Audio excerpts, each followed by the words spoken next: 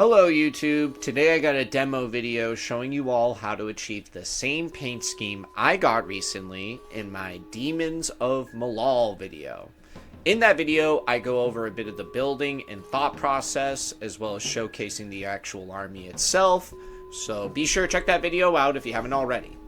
Also, if you have any of your own tips, tricks, or questions, be sure to leave them in the comments below.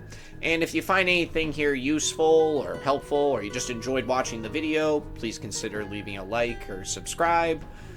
With all that intro stuff out of the way though, let's get to the actual demo here. To begin with, I'm going to be using an assembled right out of the box Bloodletter of Khorne mini from Games Workshop for the demo. This demon has clearly forsaken Khorne and now pledged an allegiance of malice to his new master, Malal.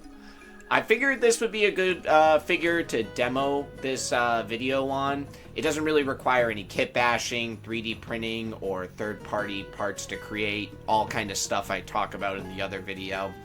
And I also just think this is actually a really cool looking paint scheme on a Khorne army, if I'm being honest. When it came to assembling the mini, I like to use the Gorilla Super Glue for most of the materials mini related, be it plastic, whatever resins 3D prints use nowadays, or metals. This particular one is all plastic though, so you could use the Citadel plastic glue if you want. Although I know some people have mixed feelings about it, I normally don't have issues with it as long as I use it somewhat sparingly. Anyways, with our mini built and on a base, what else are we going to need for this project? And what exactly are the next steps? Well, to begin with, we are going to want a basic black or white spray paint to prime the mini with. And we want to make sure it's spray paint that's going to work well with miniatures. I'll show a couple of things off in the video here. All these are actual materials and stuff that I use for all of the miniatures I show off on the channel here. Next, we will want a basic black or white paint that will also work well with miniatures. Most of the acrylic-based paints around there will fit the profile. I like to use the Army Painter or Vallejo basic color lines when I'm on a budget or just trying to build up a good bulk of colors. And the Games Workshop or Citadel line or the Monument Hobbies paint lines for more expensive, richer colors are kind of the brands I like to go to. But ultimately, again, you can achieve great things with whatever you choose. I even use basic acrylics straight out of the tube, and I've had great success with them. I would even recommend buying a black, white, or an off-white tube to help save on your hobby budget overall. It's also just great to use these for terrain, but they can be really useful and apply well. But make sure you do thin the paints or water them down a bit before you actually apply them to the miniatures. You don't want the paint to go on chunky, so make sure it's a good consistency when you're actually applying it. And it's better to have it a little too thin than a little too chunky. You know, you'll have to do another coat or two, but it's better to have that be the situation than the paint goes on really thick and you're going to lose details on the miniature. Also, always make sure to have some paper towels, a nice water cup or two, and some brushes. I'm not too picky about specific brush sizes. In general, just have a large to a medium brush, then a small brush, and a nice detail brush. You'll be good with pretty much any project with that little brush set there, I think. When it comes to basing the miniature, the easiest way by far is using a texture paint applicant. GW does make these, but they are rather expensive, and I use them very sparingly on select projects. I instead would highly recommend buying the Vallejo Diorama FX line for a similar but way better bang for buck product. Alternatively, when I have the time, I like to use sand and a good mix of Elmer's glue to texture stuff, but that's a bit of a lengthy process. Instead, check out my old basing video for more details on that. Last thing we'll need is a sealant to keep our work lasting for many years. If you want something cheap, quick, and easy, use the spray sealant I feature on the video here. If you want something you can have more control over, then consider the GW line of seals. Their Ard Coat will leave a bit of a shine, and you can use the Storm Shield, I believe is what it's called, sealant to get a little bit less shine effect, but both will work really well. So now that we've got all the supplies that we need for the actual project here, we're going to make sure we have the miniature all built and assembled, and we're going to use our spray paint on it to get the prime effect that we want. There's not too much to it when it comes to spray painting the miniature. Just basically don't put the spray paint bottle like right up next to the miniature and point blank it. You can be fairly close. A little windy when I was taking the video here, so I had to get a little bit close because most of the spray paint was just blowing off into the air. But basically, you just don't want the spray paint to pool up in any areas and to lose any details on our miniature. And you're also just going to want to make sure you kind of rotate around the actual miniature, getting spray paint on all the areas that you can. Doesn't have to be perfect or anything, because our first actual step after the spray painted miniature is all dry and ready is going to be actually painting it black. I like to start the color scheme off by applying my richest black available.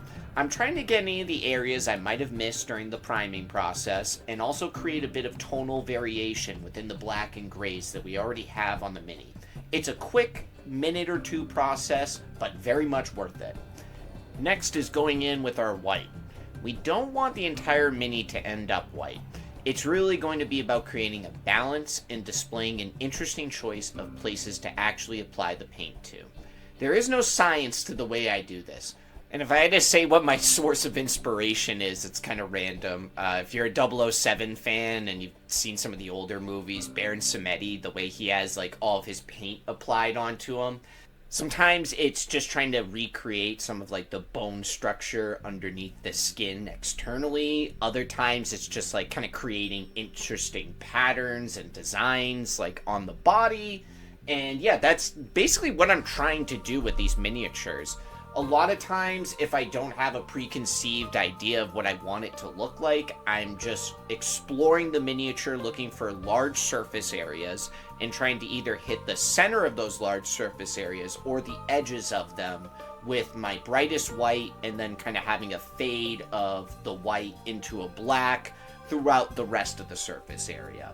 And if there are any like claws, blades, or sharp edges, I normally like to have those start at the tip with a sharp white, and then at the base it'll fade into a black.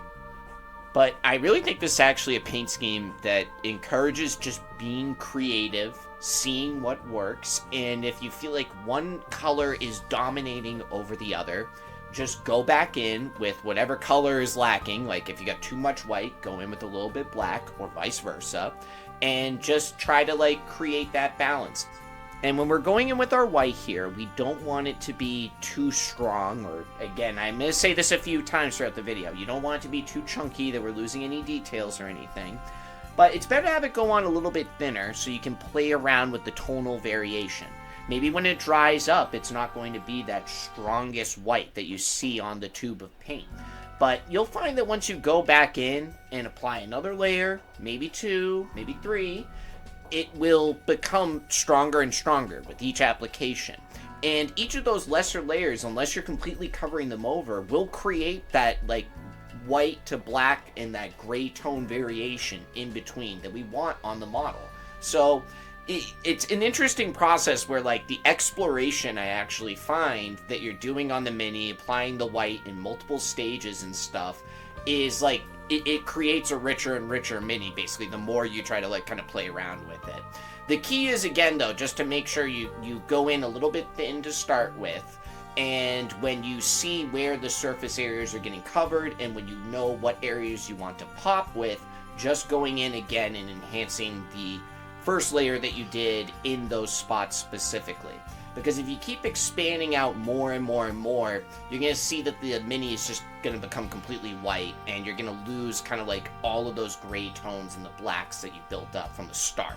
So we want to make sure we don't really lose those. If we do, it's not the end of the world. Again, we can go back in with the black and we can recreate that whole conversation basically. So it'll be fine. And this is going to be probably the most lengthy or second most lengthy part of the process here. For me, it took like probably 15 minutes, maybe 20 minutes doing this on the miniature here. But it is going to tell me all the stuff that I'm going to want to hit later on in this miniature when it gets to the highlighting stage. But after we've done all the whites here, we are going to ink the Mini. I'm going to be using Nuln Oil for this just because my little Nuln Oil pot was running pretty low. And I figured this would be a good project to finish it off with. Alternatively, I mentioned it in the list of products earlier in the video. You can use Army Painter's ink line. Vallejo also has an ink line. You could also just use an acrylic black, very, very watered down to achieve a similar effect. I will say, though, sometimes it's a little bit hard to get the correct mixture of water to get that ink effect using just a straight tube of black acrylic. So I would definitely recommend, if you're a bit newer to the scene, starting out with just using Nuln Oil or something like that. But we are going to want to ink the mini, not too heavy. We don't want to lose like all the stuff that we built up. We just want to create more tonal variation. So do like a light ink of whatever brand you prefer. So after the ink is all done drying, we're going to want to go back in one last time with our white and hit all of those areas that we looked at earlier and we really wanted to build up to those brightest whites. Well, now we're going to do that one more time. We're going to try to be a little bit more conservative about how we apply this white because we just created a really large amount of tonal variation with our grays. Maybe we do have a little bit of that strong white kind of still showing through after the Nuln Oil is dried, and our blacks have hopefully become even richer, maybe even a little bit of shine from the Nuln Oil. If the first time applying this white wasn't the most lengthy part of the process, this is going to be. Again, pretty similar, like took me about 15-20 minutes going through here and just trying to figure out what spots I really want to build up to that brightest bright. Where do I want to keep those tonal variations that I've been working on the miniature? How do I want the white to fade into those? That's kind of the biggest thing that you're going to be working on during this stage. As well as after this, you might want to go back in, and this isn't necessary or anything, depends on what you want to do. I do this in the video here, so I'll talk about it in a minute, but going back in with a black and kind of doing the same thing, being like, okay, these gray tones fade to this, I want to fade into that black a little bit stronger.